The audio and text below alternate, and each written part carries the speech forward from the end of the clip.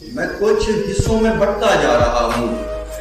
ऐ शफात ज़ादी, तुम्हें जितना मुयस्सर हुआ है उतना तो ले लो ना। क्या बात है, क्या बात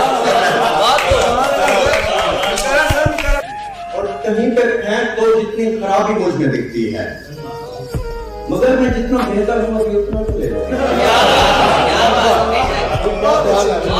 निगाह नाज से जितना मैं वायद हूँ वो रहने दो, मगर जितना मैं जाहिर हूँ अभी उतना तो ले लो।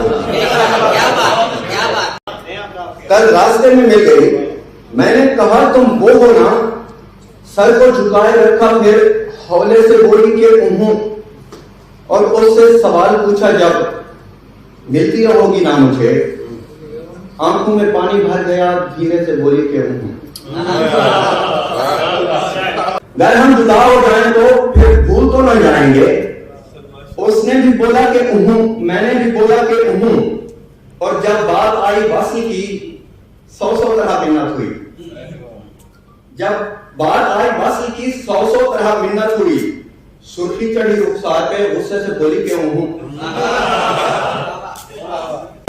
और महफिल में बोली भाड़ में जाओ मेरी बलासतों। महफिल में बोली भाड़ में जाओ मेरी बलासतों। फिर जब अकेले पूछा तो धीरे से बोली कि